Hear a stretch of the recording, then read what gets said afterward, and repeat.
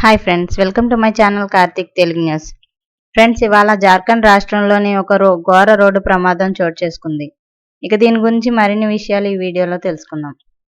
జార్ఖండ్ రాష్ట్రంలోని దేవఘర్ జిల్లాలో జరిగిన ఘోర రోడ్డు ప్రమాదంలో మృతుల సంఖ్య 18కి చేరింది. మంగళవారం తెల్లవారుజామున 4:30 ప్రాంతంలో మోహన్పూర్ పోలీస్ స్టేషన్ పరిధిలోని జమునియా అటవీ ప్రాంతం సమీపంలో కన్వారియాలను తీసుకువెళ్తున్న బస్సు, గ్యాస్ సిలిండర్ ట్రక్కు ఢీకొన్నాయి. ఈ ప్రమాదంలో పదుల సంఖ్యలో గాయపడగా పలువురి పరిస్థితి విషమంగా ఉన్నట్లు తెలుస్తోంది. ఇక ఈ సమాచారం అందుకున్న వెంటనే అధికారులు, పోలీసులు సంఘటనా స్థలానికి చేరుకొని క్షతగాత్రులను చికిత్స నిమిత్తం ఆసుపత్రికి తరలించారు.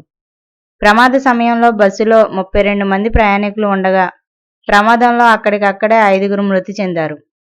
మృతుల సంఖ్య మరింత పెరిగే అవకాశం ఉంది. ఘటనకు సంబంధించి మరిన్ని వివరాలు తెలియాల్సి ఉంది.